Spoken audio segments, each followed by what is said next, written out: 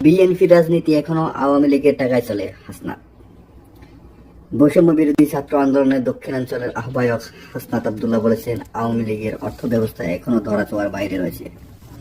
কুমিল্লার অনেক উপজেলার আওয়ামী লীগের রাজনীতি যেমন আওয়ামী লীগের টাকায় চলে, তেমনি বিএনপি রাজনীতিও আওয়ামী লীগের টাকায় চলে। এই সময় বিএনপি নেতাদের এনসিপিকে শত্রু মনে না করার কথাও জানান তিনি। শুক্রবার 16 মে বিকেলে কুমিল্লা জেলার শিল্পকলা একাডেমিতে বৈষম্য বিরোধী ছাত্র আন্দোলন আয়োজিত কুমিল্লার আহত শহীদ ও বীর সন্তানদের সম্মানে জুলাই সমাবেশে এই কথা বলেন তিনি। হাসনাত আব্দুল্লাহ আইন উপদেষ্টা আসিফ নজরুলের উদ্দেশ্যে বলেন, যারা হত্যাকাণ্ডের সঙ্গে জড়িত রয়েছে তারা যখন কোর্টে যায় কেন বিচার জামিন দেয়, সেগুলোর পিছনে কাদের ইন্ধন রয়েছে সেগুলো আপনি আমাদের সামনে প্রকাশ করুন।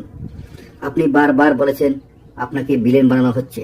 আপনাকে যদি কেউ কাজ করতে না দেয়, কেউ বাধা দেয়, কেউ যদি কোনো ধরনের প্রেসারে রাখে, সেটা আপনি জাতির সামনে উপস্থাপন করুন। আইন উপদেষ্টাকে উদ্দেশ্য করে হাসনাত আরো বলেন, হত্যাকাণ্ডের সঙ্গে যারা জড়িত তারা জামিনে বের হয়ে শহীদদের বাড়ির সামনে ঘোরাফেরা করেছে।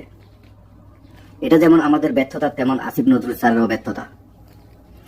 আমরা আপনার কাছে জানতে চাই, কথা ছিল জানুয়ারি মাসে দ্বিতীয় ট্রাইব্যুনাল গঠন করা হবে।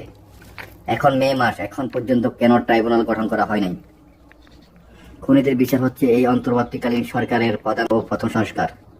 হাসনাত আরো বলেন, আমরা সংস্কার ও নির্বাচন দুটাই চাই, তবে বিচার হবে, সংস্কারও হবে। এই সংস্কার প্রক্রিয়ার মধ্য দিয়ে আমাদের নির্বাচন হবে। মানবিক করিডোর নিয়ে অন্তর্বর্তী সরকারের অবস্থান স্পষ্ট করার দাবিও জানান হাসনাত।